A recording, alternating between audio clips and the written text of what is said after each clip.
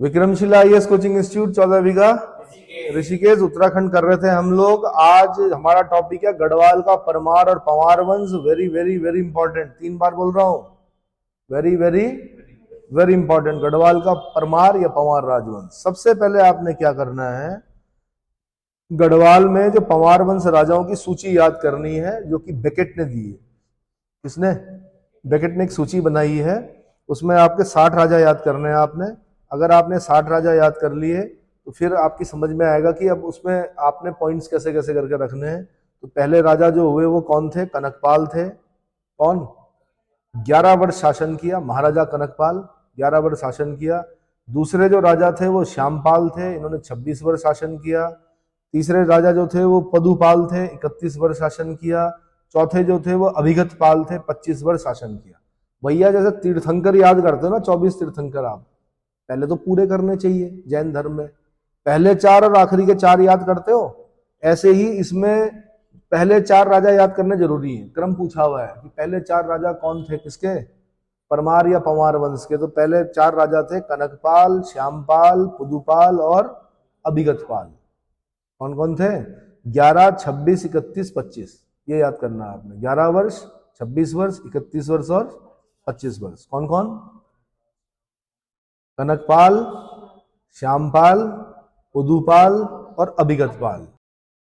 इसके बाद आते हैं 5वें नंबर पे सिंगलपाल, 6ठे नंबर पे रत्नपाल, 7वें और 8वें नंबर के पता नहीं है, 9वें नंबर पे मदनपाल, 10वें नंबर का नाम नहीं मिल पाया है, 11वें नंबर पे जयचंद पाल, फिर सीधे 17वें नंबर पे अनंतपाल, 18वें नंबर पे आनंदपाल, 28वें नंबर पे लखनदेव पाल, 28वें नंबर पे लखनदेव पाल, 29वें नंबर पर अनंतपाल द्वितीय, 30वें नंबर पर पूरबदेव, 33वें नंबर पे असलदेव, 34वें नंबर पे जगतपाल, 35वें नंबर पर जीतपाल, 36वें नंबर पे आनंदपाल द्वितीय, 28 वर्ष शासन किया इन्होंने। 37वें नंबर पे अजयपाल। अब ये इंपॉर्टेंट है भाई, अजयपाल कौन है? Very very important. 37वें नंबर के राजा अजयपाल, 31 वर्ष शासन किया इन्होंने। फिर 38वें नंबर पर कल्याण शाह, 9 वर्ष कल्याण शाह। 39वें नंबर पे सुंदरपाल, 40वें नंबर पर हसदेव पाल, 41वें नंबर पर विजयपाल, 42वें नंबर पर सहजपाल। ये इंपॉर्टेंट है, 36 वर्ष शासन किया इन्होंने। 43वें नंबर पर बलभद्र शाह, ये बहुत इंपॉर्टेंट है, बहुत बहुत इंपॉर्टेंट। बलभद्र शाह, ये 25 साल शासन किया इन्होंने। 44वें नंबर पर मान शाह, ये भी इंपॉर्टेंट है, 20 वर्ष शासन किया। 45वें नंबर पर श्याम शाह, ये भी इंपॉर्टेंट है, 9 वर्ष शासन किया। 46वें नंबर पर महिपति शाह, ये भी इंपॉर्टेंट है, 25 वर्ष शासन किया इन्होंने। 47वें नंबर पर पृथ्वीपति शाह, ये भी वेरी वेरी वेरी इंपॉर्टेंट, 62 वर्ष शासन किया इन्होंने। इन्होंने पृथ्वीपति शाह। 48वें नंबर पर मेदनी शाह, ये इंपॉर्टेंट है। पृथ्वीपति शाह वही जिसके समय में सुलेमान शिको आया था यहाँ टिहरी में। कौन? सुलेमान सिको, ठीक है, इसने शरण ली थी। कौन सुलेमान सिको? दारा शिको का बेटा पृथ्वीपति शाह के यहाँ आया। तो 47वें नंबर के राजा थे पृथ्वीपति शाह, जिन्होंने 62 वर्ष शासन किया। 48वें नंबर पर मेदनी शाह, 49वें नंबर पर फतेह शाह, 48 वर्ष शासन किया। 50वें नंबर पे उपेंद्र शाह, 1 वर्ष शासन किया। 51वें नंबर पे प्रदीप शाह, 63 वर्ष तक शासन किया। कितना? 63 वर्ष तक शासन किया। फिर ललित शाह, 8 वर्ष शासन किया। कौन से? 52वें नंबर पे ललित शाह। 53वें नंबर पे जयकृत शाह, 6 वर्ष शासन किया।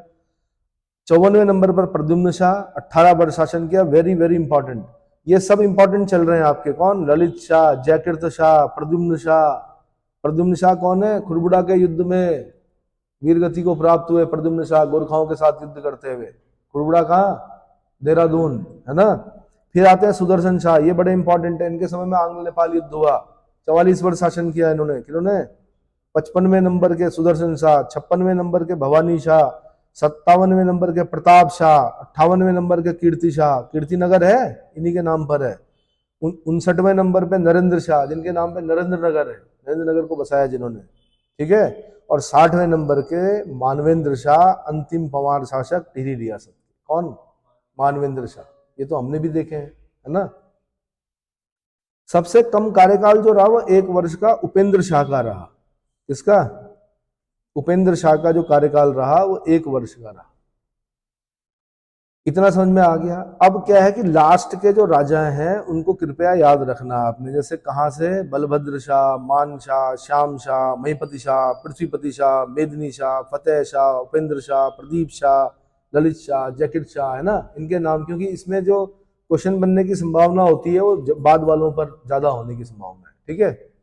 अब गढ़वाल के परमार या पंवार वंश, तो चांदपुर गढ़ में परमार वंश या पंवार वंश की नींव पड़ी। परमार वंश का संस्थापक एवं आदि पुरुष जो है वो महाराजा कनकपाल थे। कौन? महाराजा कनकपाल।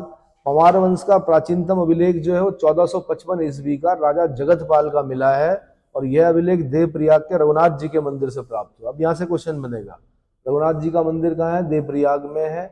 यहाँ से 1455 ईस्वी का एक अभिलेख मिला है, प्राचीनतम अभिलेख, जो किसका है, किस राजा से संबंधित है? आंसर राजा जगतपाल से संबंधित है। तो जब भी आप रघुनाथ जी के मंदिर में जाओ तो 2025 चल रहा है, तो समझ लो कि अगर 1455 का कोई लेख मिल रहा है, इसका मतलब 1455 में भी रघुनाथ जी का मंदिर था वहां पर, यानी 500-600 साल से भी पुराना मंदिर है वो। कौन सा? देवप्रयाग में रघुनाथ जी का मंदिर। ठीक है। पंवार राजाओं की सूची के बारे में 4 अलग अलग सूची मिलती है, जिसमें पहली सूची कप्तान हार्डिक द्वारा 1796 में दी गई, 1796 में दी गई सूची है, जबकि दूसरी सूची सरकार विवरण द्वारा बैकेट ने 1849 ईस्वी में ली है। कब ली है? 1849 ईस्वी में ली है। एटकिंसन द्वारा दी गई पंवार शासकों की सूची को अल्मोड़ा सूची कहा जाता है। Very very important. पंवार शासकों की सूची को क्या बोलते हैं? अल्मोड़ा सूची। अब फिर उल्टा पूछेगा ये क्वेश्चन, अल्मोड़ा सूची क्या है? अब नाम से पता ही नहीं चलेगा आपको कि इसका संबंध किससे है। तो आंसर, एटकिंसन द्वारा दी गई पंवार शासकों की सूची को ही अल्मोड़ा सूची कहा जाता है। अगला, बैकेट की सूची सर्वाधिक मान्य है क्योंकि यह सूची सुदर्शन शाह के सभासार ग्रंथ 1828 में मेल खाती है। सभासार ग्रंथ 1828 ईस्वी से मेल खाती है। सभासार ग्रंथ जो है वो सुदर्शन शाह के समय का है, 1828 का, तो इसलिए बैकेट की सूची सर्वाधिक मान्य है। इसलिए मैंने आपको बैकेट की सूची से राजाओं के नाम बताए। ठीक है। मौलाराम वंशावली एवं एटकिंसन की अल्मोड़ा सूची में कनकपाल की जगह भगवान पाल नाम दिया हुआ है, और हार्डिक वंशावली में भी दूसरे नाम मिलते हैं। पंवार वंश में कुल कितने शासक हुए? 60 शासक हुए। यहां से क्वेश्चन मिलता है, पंवार वंश में कुल कितने शासक हुए? 60 शासक हुए। गढ़वाल वर्णन पुस्तक के लेखक हरिकृष्ण रतूड़ी हैं। गढ़वाल पुस्तक वर्णन पुस्तक के लेखक कौन है? हरिकृष्ण रतूड़ी हैं। गढ़वाल जाति प्रकाश ये पुस्तक है, इसके लेखक कौन है? बालकृष्ण शांति भट्ट है। गढ़वाल जाति प्रकाश पुस्तक के लेखक कौन है? बालकृष्ण शांति भट्ट जी। ठीक है। तो अब मैं महाराजा कनकपाल से स्टार्ट कर रहा हूं और मैं 60 राजाओं के बारे में बताऊंगा आपको। ठीक है। तो महाराजा कनकपाल, राजा कनकपाल 9वीं शताब्दी में गढ़वाल में 52 ठकुरी राजाओं का शासन था, जिनमें से एक चांदपुर गढ़ था जिसका राजा भानु प्रताप था। कौन? भानु प्रताप का दूसरा नाम सोनपाल था। कौनपुर गढ़ को कनकपाल का गढ़ माना जाता है। कौनपुर गढ़ को कनकपाल का गढ़ माना जाता है। हरिकृष्ण रतूड़ी व एटकिंसन के अनुसार कनकपाल धार नगरी गुजरात से चांदपुर गढ़ तीर्थ यात्रा पर आए। धार नगरी गुजरात से चांदपुर गढ़ तीर्थ यात्रा पर आया था। कौन? कनकपाल। हरिकृष्ण रतूड़ी के अनुसार कनकपाल धार नरेश वाकपति का छोटा भाई था। धार नरेश वाकपति का छोटा भाई था। सोनपाल ने अपनी पुत्री का विवाह कनकपाल से कर दिया, यानी कनकपाल घर जवाई बन गया एक प्रकार से। क्या बन गया? सोनपाल ने अपनी पुत्री का विवाह कनकपाल से कर दिया। पातीराम ने अपनी पुस्तक गढ़वाल एंशिएंट एंड मॉडर्न में लिखा है कि कनकपाल मालवा से आए थे। कहां से? अब ये क्वेश्चन पीसीएस का है भाई, गढ़वाल एंशिएंट एंड मॉडर्न के लेखक कौन है? पातीराम। ये पीसीएस में क्वेश्चन पूछा जा चुका है, दोबारा पूछे जाने की संभावना है। इसमें क्या बोला है पातीराम जी ने? उन्होंने कहा है गढ़वाल एंशिएंट एंड मॉडर्न में कि कनकपाल कहां से आए? मालवा से आए। ठीक है। जबकि हरिकृष्ण रतूड़ी बोल रहे हैं कि कहां से आए? गुजरात से आए, धार नगरी से आए। कहां से? चलो जी। कन्हैया लाल माणिक लाल मुंशी द्वारा रचित पुस्तक the glory that was Gurjar, the glory that was Gurjar में मालवा व गुजरात के भाग को गुर्जर देश बताया गया है। मालवा और गुजरात के भाग को पढ़ा भी है आपने, गुर्जर प्रतिहार राजवंश पढ़ा है, ठीक है। गुर्जर प्रदेश से कनकपाल के आने का प्रमाण आदि बद्री मंदिर की रचना शैली है, जो गुजरात के सोलंकी मंदिरों की भांति है। आदि बद्री मंदिर की रचना शैली कैसी है? गुजरात में जो सोलंकियों के जो मंदिर हैं बिल्कुल उनसे मिलती जुलती है। इतना समझ में आ गया। सुदर्शन शाह ने सभागार ग्रंथ में स्वयं को परमार वंश बताया है, परमार वंश का बताया है। भारतीय लोक साहित्य पुस्तक के लेखक श्याम परमार ने पवाड़ा शब्द के बारे में भी जानकारी दी, ठीक है। परमार वंश की स्थापना तिथि के संबंध में भी मतभेद है। हरिकृष्ण रतुड़ी गढ़वाल के इतिहास में परमार वंश की नींव 888 ईस्वी लिखते हैं, जबकि दूसरी पुस्तक गढ़वाल वर्णन में उस तिथि का खंडन करते हुए 688 ईस्वी लिखते हैं। कौन? तो हरिकृष्ण रतुड़ी का जो है वो 888 माना जाता है, जबकि दूसरी पुस्तक गढ़वाल वर्णन में 688 ईस्वी मिलता है। भक्त दर्शन ने परमार वंश की नींव तिथि 888 ईस्वी लिखी है। राहुल सांकृत्यायन परमार वंश का आदि पुरुष अजयपाल को मानते हैं। राहुल सांकृत्यायन कौन? अथातो घुमक्कड़ जिज्ञासा वाले राहुल सांकृत्यायन वही है। अब है अजयपाल से पूर्व के परमार शासक जो है, अजयपाल से पूर्व के परमार शासक। तो चमोली जनपद के सकंड ग्राम में सुरपाल और सुरतिपाल का अभिलेख प्राप्त हुआ है, जो परमार वंश का 15वां शासक था। कौन कौन सा? सुरपाल और सुरतिपाल का अभिलेख प्राप्त हुआ है, जो परमार वंश का 15वां शासक था। परमारों के 24वें शासक 24वें शासक सोनपाल की राजधानी भिलंग घाटी में थी। आज भी इस घाटी को सोनी भिलंग कहा जाता है। क्या बोलते हैं? तो परमार के 24वें शासक सोनपाल की राजधानी कहाँ थी? भिलंग घाटी में थी, और इस घाटी को सोन भिलंग कहा जाता है। 28वें परमार राजा लखनदेवपाल की ताम्र मुद्रा प्राप्त हुई है। रुद्रप्रयाग से 1994 ईस्वी में प्राप्त धारशिल शिलालेख का संबंध 29वें परमार शासक अनंतपाल द्वितीय से था। अनंतपाल द्वितीय का राज्यारोहण 1333 ईस्वी में हुआ था। कब? 34वें शासक जगतपाल का 1455 ईस्वी का एक ताम्रपत्र देवप्रयाग के रघुनाथ मंदिर से प्राप्त हुआ है, जिस पर जगतपाल को रजबार कहा गया है। क्या कहा गया है? तो जगतपाल 34वां शासक कौन? जगतपाल। जगतपाल का 1455 ईस्वी का एक ताम्रपत्र कॉपर प्लेट इंस्क्रिप्शन देवप्रयाग के रघुनाथ जी मंदिर से प्राप्त हुआ है, जिस पर जगतपाल को रजबार कहा गया है, ठीक है। उसके बाद आते हैं राजा अजयपाल। पहले के ज्यादा इतिहास नहीं पता है हमें, अजयपाल से शुरू करते हैं। राजा अजयपाल। अजयपाल गढ़वाल में परमार वंश के 37वां राजा था। राहुल सांकृत्यायन ने अजयपाल को परमार वंश का संस्थापक माना और अजयपाल का शासन 1490 ईस्वी से 1519 ईस्वी तक बताया।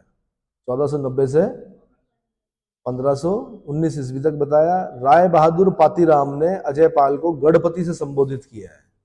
राय Bahadur Patiram Garhwal ancient and modern के लेखक, उन्होंने अजयपाल को गढ़पति से संबोधित किया है। अजयपाल चांदपुर गढ़ के गढ़पति आनंदपाल के पुत्र थे, जिन्होंने 52 गढ़ों को अपने बाहुबल से जीता था। 52 गढ़ों को अपने बाहुबल से जीता था। अजयपाल ने कत्यूरियों को पराजित करके उनके सोने के सिंहासन को छीना था। यहां से क्वेश्चन बना हुआ ग्रुप सी में कि कत्यूरियों के सोने के सिंहासन को छीनने वाला राजा कौन था? परमार राजा। आंसर अजयपाल। 1491 ईस्वी में कुमाऊं में कीर्तिचंद ने अजयपाल को बधानगढ़ के युद्ध में पराजित किया। कुमाऊं के कीर्तिचंद ने 1491 ईस्वी में अजयपाल को किस युद्ध में पराजित किया? आंसर बधानगढ़ के युद्ध में पराजित किया। अजयपाल ने अपनी राजधानी देवलगढ़ की प्रासाद पहाड़ी पर 1512 ईस्वी में राज प्रासाद बनवाया था। 1512। आपने देवलगढ़ को याद करना है, प्रासाद पहाड़ी को याद करना है और 1512 को याद करना है, ठीक है। अजयपाल ने देवलगढ़ में अपनी कुलदेवी राज राजेश्वरी का मंदिर एवं सत्यनाथ भैरव गुफा का जीर्णोद्धार कराया। तो इनकी कुलदेवी कौन है? राज राजेश्वरी है, इसलिए टीवी में आपको राज राजेश्वरी की मंदिर दिखाई देंगे, ठीक है। देवलगढ़ में गोरखनाथ पंथ के संत सत्यनाथ का आवास था। सत्यनाथ के पुजारी नाथपंथी जोगी होते थे तथा उनके महंत को पीर कहा जाता था, जिसकी वेशभूषा मुस्लिम धर्मानुयायी पीरों के समकक्ष होती थी। किसके? वेशभूषा मुस्लिम धर्मानुयायी पीरों के समकक्ष होती थी। देवलगढ़ में विष्णु मंदिर के सामने की दीवार पर अजयपाल का पद्मासन की मुद्रा में चित्र बना हुआ है। अब फिर क्वेश्चन पूछेगा, अजयपाल का पद्मासन की मुद्रा में चित्र किस मंदिर में मिलता है? आंसर, देवलगढ़ में विष्णु मंदिर की सामने वाली दीवार पर। अजयपाल ने 1517 ईस्वी को राजधानी देवलगढ़ से श्रीनगर स्थानांतरित कर दी। Very very important. अजयपाल की राजधानी कहाँ थी? देवलगढ़ थी। प्रासाद पहाड़ी पर राज प्रासाद था, 1512 में बनवाया था, लेकिन 1517 ईस्वी में अजयपाल ने अपनी राजधानी कहाँ? देवलगढ़ से श्रीनगर स्थानांतरित कर दी और श्रीनगर में कालिका देवी मठ का निर्माण करवाया। किस मठ का? कालिका देवी मठ का निर्माण करवाया। अजयपाल ने रसोइयों के लिए सरोला ब्राह्मण की नियुक्ति की। रसोइयों के लिए, रसोइया के लिए सरोला ब्राह्मणों की नियुक्ति की। अजयपाल ने माप तौल का मापक धूली पाथा का प्रचलन किया। तो यहां से क्वेश्चन फिर बनेगा, धूली पाथा का प्रचलन किस राजा, किस परमार राजा ने करवाया? आंसर, अजयपाल। अजयपाल को गढ़वाल का अशोक, गढ़वाल का बिस्मार्क, गढ़वाल का नेपोलियन भी कहा जाता है। यहां से पता नहीं कितनी बार क्वेश्चन बन चुके हैं। गढ़वाल का अशोक किसे कहते हैं? महाराजा अजयपाल को। गढ़वाल का बिस्मार्क किसे बोलते हैं? अजयपाल को। गढ़वाल का नेपोलियन किसे बोलते हैं? आंसर, अजयपाल। प्रोफेसर अजय सिंह रावत, जिन्होंने हिस्ट्री ऑफ गढ़वाल लिखी है, हिस्ट्री ऑफ गढ़वाल के लेखक प्रोफेसर अजय सिंह रावत ने अजयपाल की तुलना मौर्य सम्राट अशोक से की है, जबकि कवि भरत ने मानोदय काव्य में अजयपाल की तुलना कृष्ण, भीम, कुबेर और इंद्र से की है। अब यहां से एक क्वेश्चन बनता कि मानोदय काव्य के लेखक कौन है? तो आंसर, भरत कवि। कौन है? भरत कवि। मानोदय काव्य के लेखक कौन है? भरत कवि। और मानोदय काव्य के लेखक भरत कवि ने अजयपाल की तुलना किन से की है? तो कृष्ण, भीम, कुबेर और इंद्र से की है। अजयपाल गोरखनाथ पंथ का अनुयायी था और गोरखनाथ पंथ के अन्य अनुयायी जो थे वो भर्तृहरि और गोपीचंद थे। कौन थे? भर्तृहरि और गोपीचंद।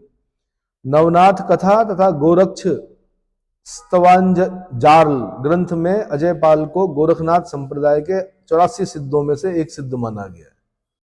नवनाथ कथा और गोरक्ष स्तवांजार्ल ग्रंथ में, नवनाथ कथा और गोरक्ष स्तवांजार्ल ग्रंथ में, ठीक है। सांवरी ग्रंथ डॉक्टर सूरवीर सिंह का हस्तलिखित ग्रंथ है। यह ग्रंथ तांत्रिक विद्या पर आधारित पुस्तक है। तो यहां से क्वेश्चन बनेगा कि सूरवीर सिंह, डॉक्टर सूरवीर सिंह द्वारा हस्तलिखित मतलब अपने हाथों से लिखा हुआ जो ग्रंथ है सांवरी ग्रंथ, उस ये ग्रंथ किससे संबंधित है? आंसर, तांत्रिक विद्या पर आधारित पुस्तक है।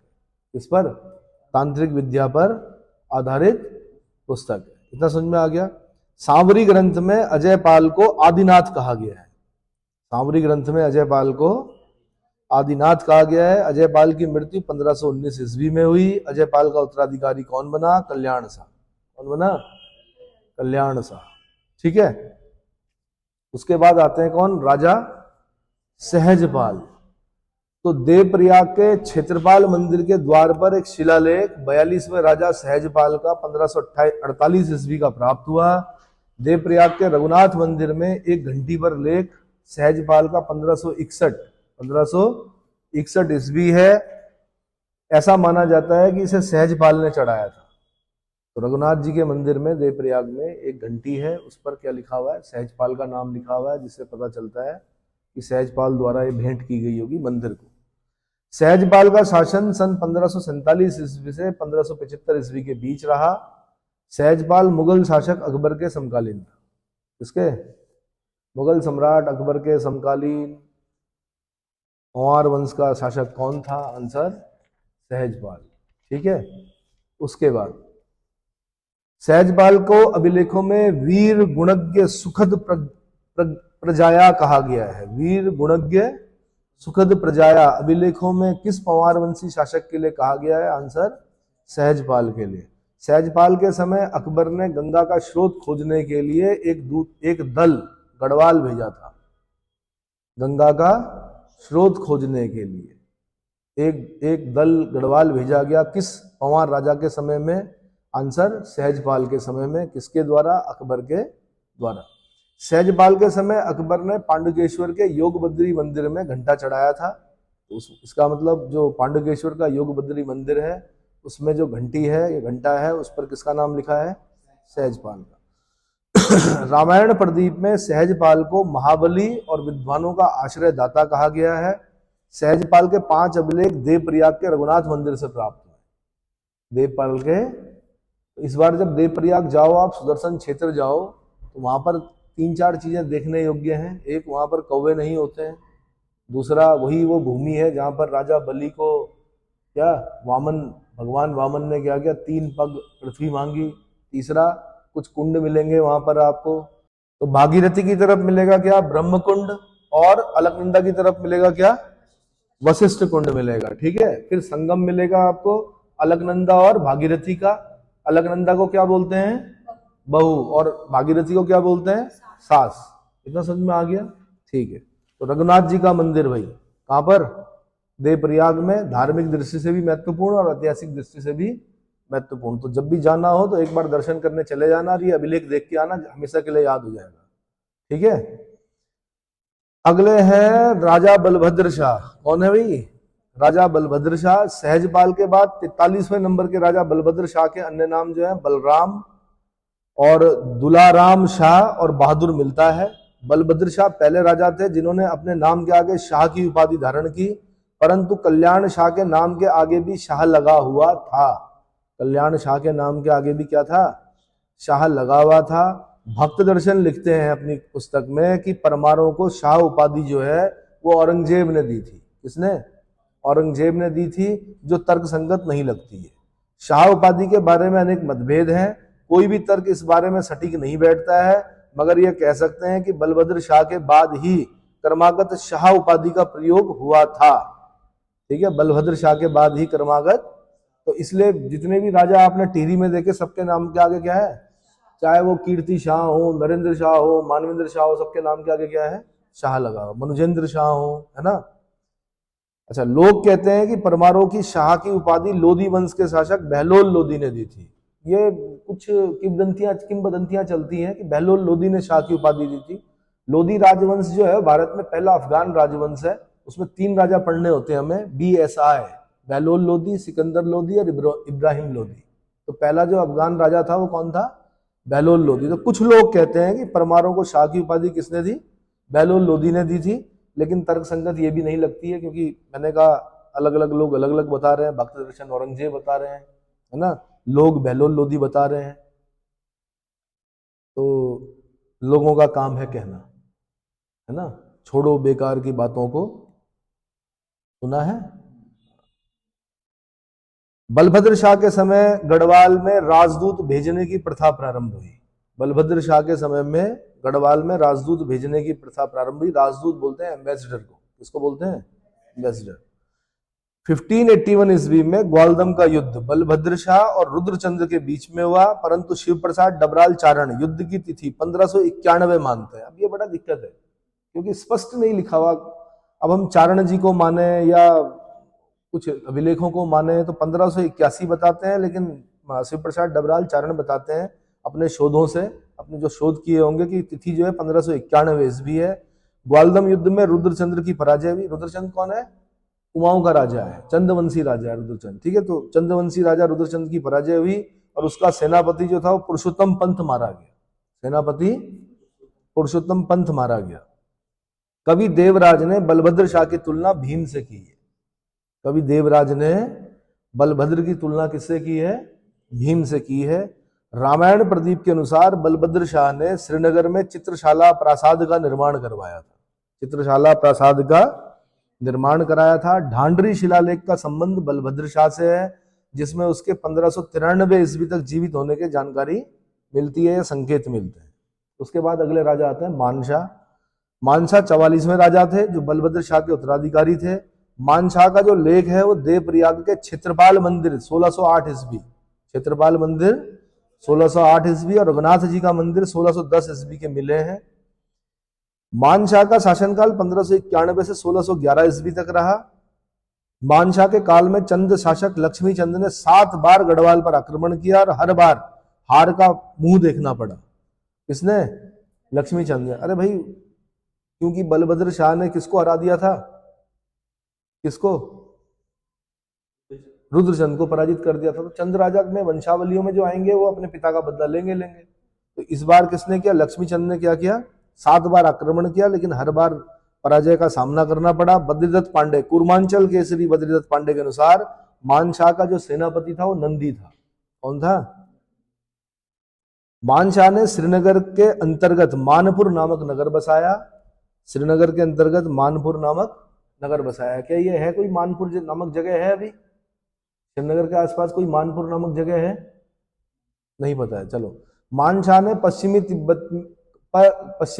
तिब्बत का दापा प्रांत जीता था, जिसका राजा मानशाह को कर के रूप में 1.25 सेर सोना और एक 4 सिंग वाला मेंढा देता था। क्या देता था? 1.25 सेर सोना और एक 4 सिंग वाला मेंढा देता था। मानशाह के दरबार में कवि भरत रहता था। Very very important. भरत कवि भरत किसके दरबार को सुशोभित करता था? आंसर मानशाह के। मानोदय काव्य की रचना संस्कृत भाषा में किसने की? आंसर कवि भरत ने की, मानशाह के समय में की। मानोदय काव्य में मानशाह को सूर्य के समान तेजस्वी और राजा बलि के समान दानवान बताया है।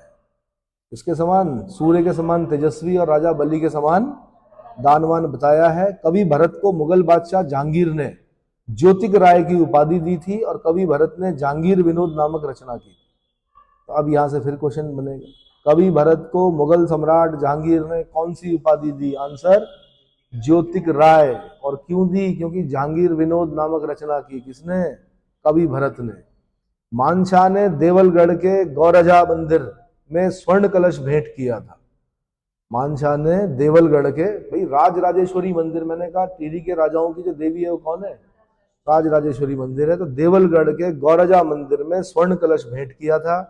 The early travels in India, the early travels in India पुस्तक में फॉस्टर ने यूरोपीय यात्री विलियम की 1608 ईस्वी से 1611 ईस्वी तक की यात्रा का वर्णन किया है।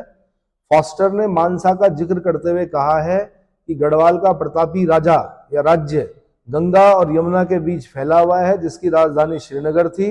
वहां का शासक सोने के बर्तन में भोजन करता था।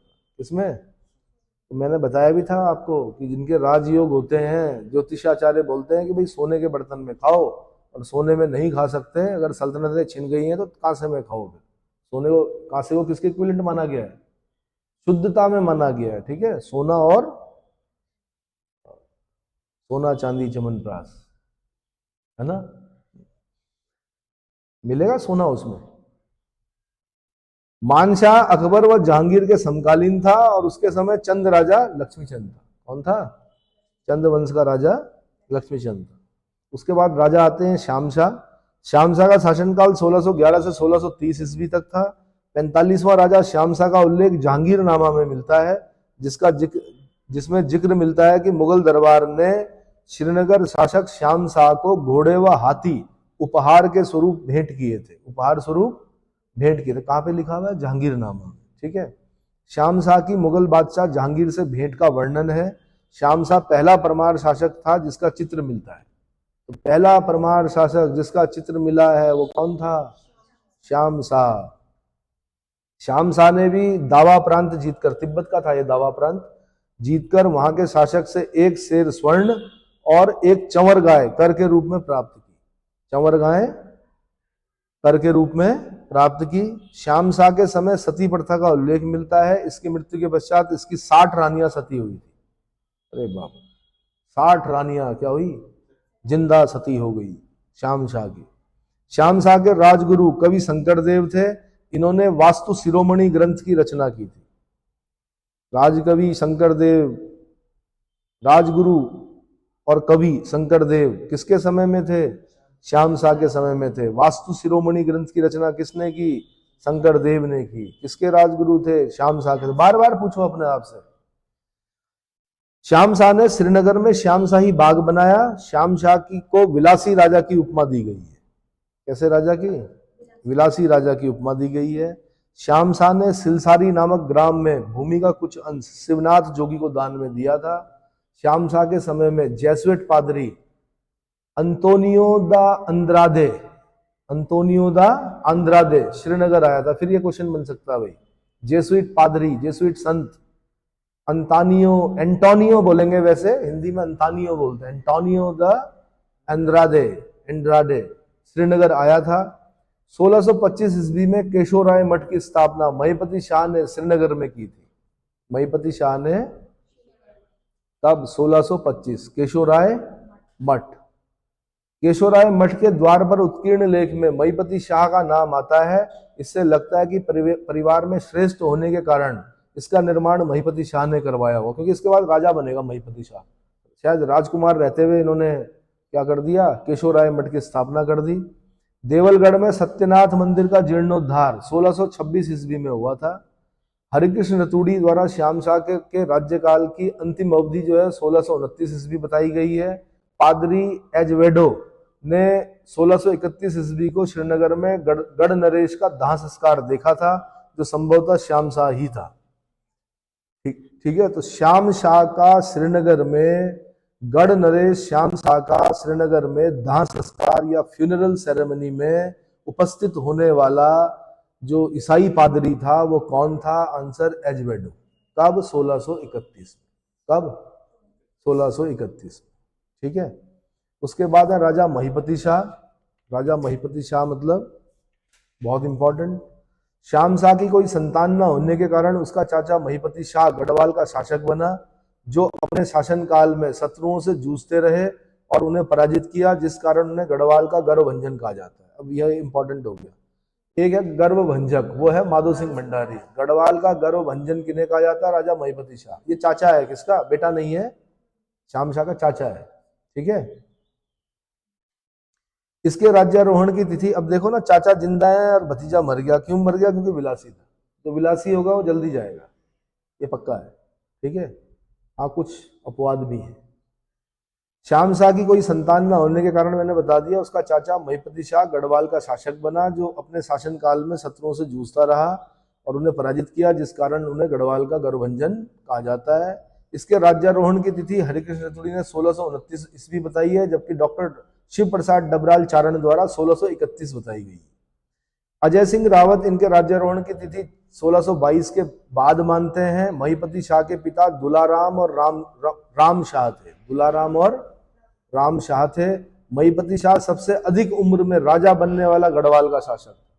सबसे अधिक उम्र में गढ़वाल का शासक बनने वाला राजा कौन था? आंसर महिपति शाह। यहां से क्वेश्चन बन सकता है।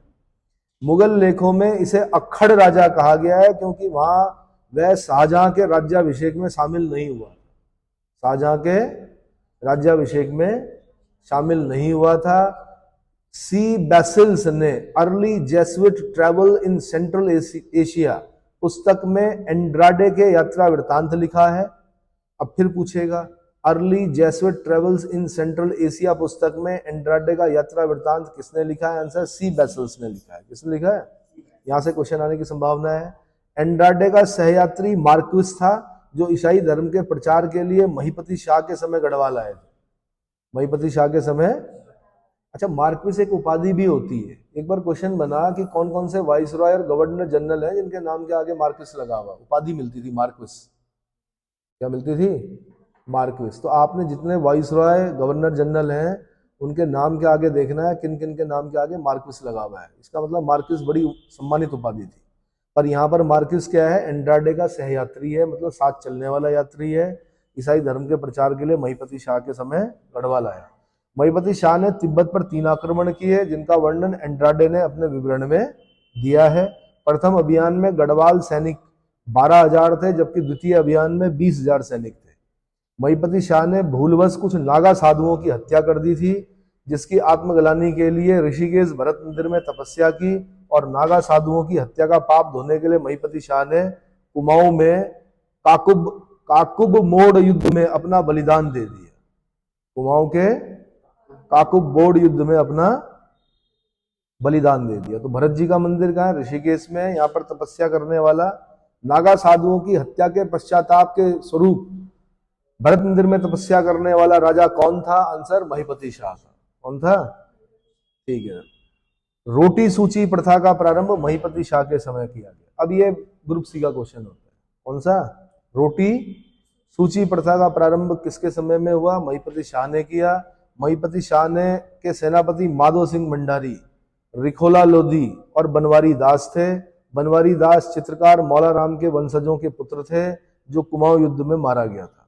बनवारी दास कुमाऊं युद्ध में मारा गया था। अब ये माधो सिंह भंडारी बड़े इंपॉर्टेंट है। शेरू माकू सोयर माधो सिंह, है ना, 16 श्राद्ध माधो सिंह, और क्या जो इगास मनाई जाती है वो माधो सिंह की याद में मनाई जाती है। 11 दिन बाद पहुंचे थे माधो सिंह भंडारी दिवाली की, इसलिए इगास मनाई जाती है यहाँ पर। चलो, रिखोला लोधी ने सिरमौर, तिब्बत और गढ़वाल के दक्षिण भाग जीतने में महत्वपूर्ण भूमिका निभाई थी। मौलाराम ने महिपति शाह को महाप्रचंड भुजदंड कहा है। मौलाराम तोमर चित्रकार, उन्होंने महिपति शाह को क्या कहा है? महाप्रचंड भुजदंड कहा है। महारानी कर्णावती महिपति शाह की पत्नी थी, नाकटी रानी, जिसने क्या कर दिया? नवाजद खां के सिपाहियों के नाक कान काट दिए थे। नाकटी रानी कर्णावती जो थी वो महिपति शाह की पत्नी थी। कर्णावती को ताराबाई और गोलकुंडा के दुर्गावती के नाम से जाना जाता है। रानी कर्णावती ने देहरादून में कर्णपुर नगर बसाया था। तो कर्णपुर जहां आपका डीएवी डीवीएस ये है ना, तो ये किसने बसाया? आंसर कर्णावती ने बसाया था, महारानी। यशवंत सिंह कठौज के अनुसार महिपति शाह की पत्नी कर्णावती का वास्तविक नाम करुणावती था। क्या नाम था? करुणावती। इतना समझ में आ गया। अब मैं कुछ बड़े भड़ों की बारे में बता रहा हूं। वीर भड़ जो थे, कप्पू चौहान उप्पूगढ़ के सरदार थे। कहाँ के? नेगी जी का गाना सुनना, उसमें दिख जाएगा आपको, नाम सुनने को मिलेगा। कप्पू चौहान उप्पूगढ़ के सरदार थे। कप्पू चौहान स्वयं के लिए कहते थे कि मैं पशुओं में सिंह और पक्षियों में गरुड़ के समान। ये क्वेश्चन बना, मैं पक्षियों में क्या हूं? गरुड़ हूं, और पशुओं में क्या हूं? सिंह हूं। किसने कहा? कप्पू चौहान ने।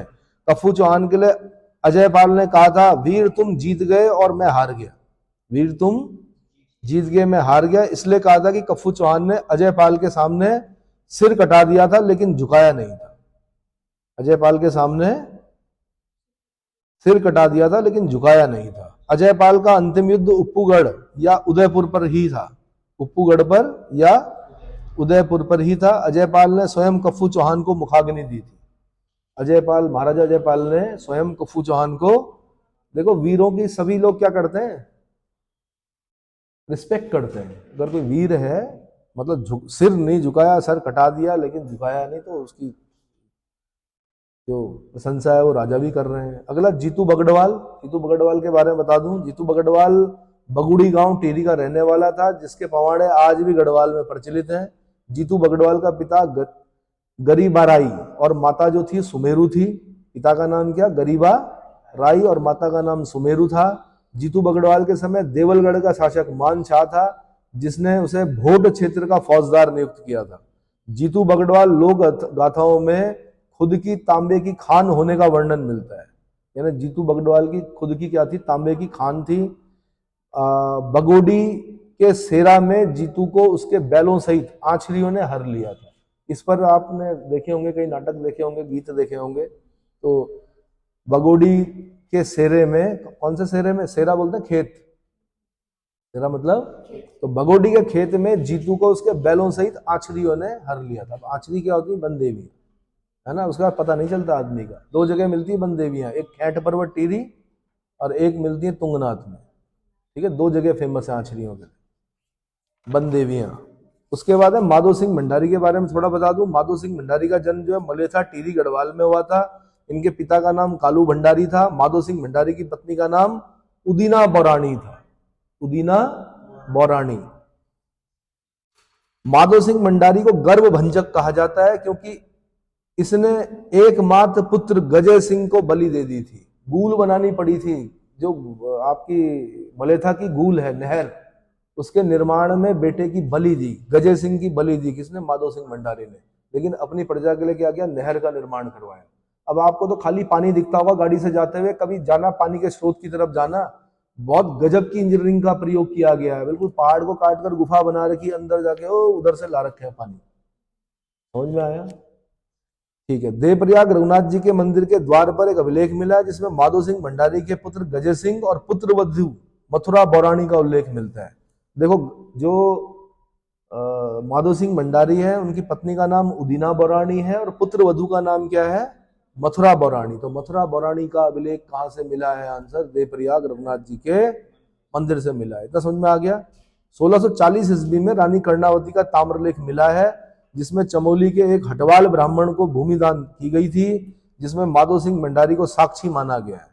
इस ताम्रपत्र से ज्ञात होता है कि चीन का तुमुल युद्ध 1640 ईस्वी के आसपास हुआ होगा। इस छोटा चीन तुमुल युद्ध में माधो सिंह भंडारी वीर गति को प्राप्त हुए। माधो सिंह भंडारी कहां वीर गति को प्राप्त हुए? चीन तुमुल युद्ध में। किसमें? ठीक है। माधो सिंह भंडारी की मृत्यु सतलज नदी के तट पर हुई। ये पृथ्वीपति शाह के समय में भी सेना नायक रहे थे। किसके समय में?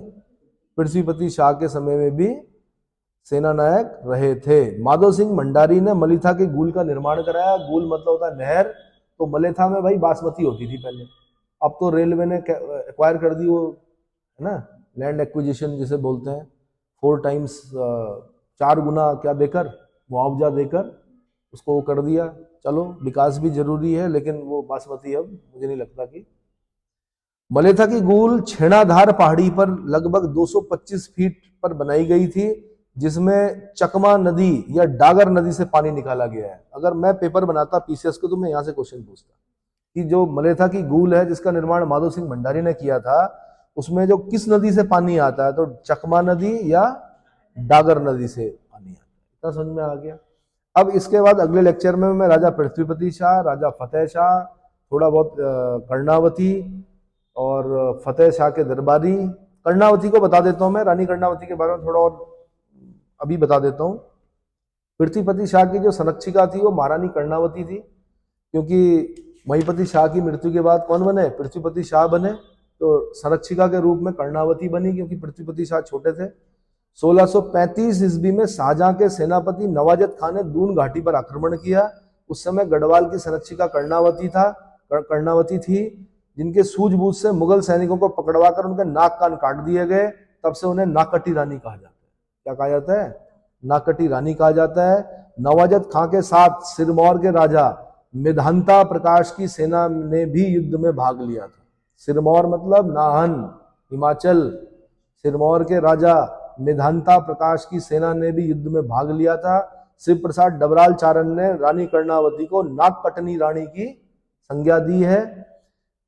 निकोलो मनुची ने अपनी पुस्तक स्टोरियो डू मगोर में कर्णावती को साक्षात दुर्गा कहा है।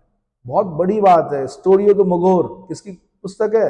मनुची की। किसकी? मनुची की। उसमें कर्णावती को साक्षात दुर्गा कहा है।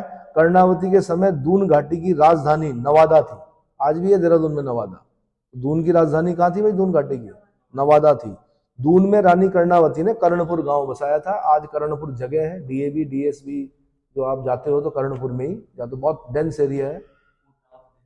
हाँ जी, कौन सा ऑफ? कोटा ऑफ देहरादून। अच्छा, किसने बोला है? हाँ जी, अच्छा चलो।